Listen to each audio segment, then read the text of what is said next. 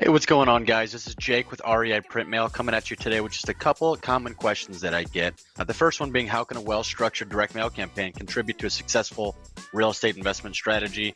There's a million different ways it could go with this because obviously marketing has a huge part to play in your real estate investment business, right? When you talk to someone like us and you get a direct mail campaign going and you follow our recommendations and you've got a really consistent campaign going where you know you're going to get 20, 30, 40 phone calls every single month, it becomes a lot easier to structure your business and kind of build a foundation when you know you're going to have some leads to work with. You can't hire a sales guy or an acquisitions guy when you don't have a foundation of consistent lead flow, right? So having a consistent direct mail campaign is extremely important and one that's working. And so that's why it's important to work with someone like me, a direct marketing coach that can utilize the failures and wins of all of our past clients to help you build a much more effective campaign. The next question would be, what are common pitfalls to avoid when launching a direct mail marketing effort? Once again, a lot of different things you can mess up on.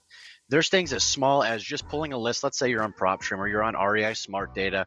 You can miss one small little filter and it can turn from one list that's niche to one completely way too broad. A great example of that is when I'm pulling land lists. I work with a lot of land investors and I use a website called priced.com, PRYCD, fantastic website for land data.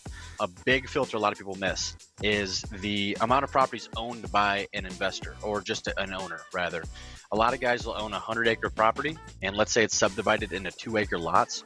He'll be listed 50 times in that list you pulled if you don't cap the amount of properties owned or dedupe it or have some kind of effort to not mail this guy 50 times. What I'll do is I'll cap the amount of properties owned by an owner that we're targeting to like 5 or 10. We're not aiming for big-time investors that probably get a ton of marketing already because the more properties you own, the more marketing you get, the more saturated you are, right? So a lot of little things like that can be easily overlooked and you don't realize how much of a domino effect they can have.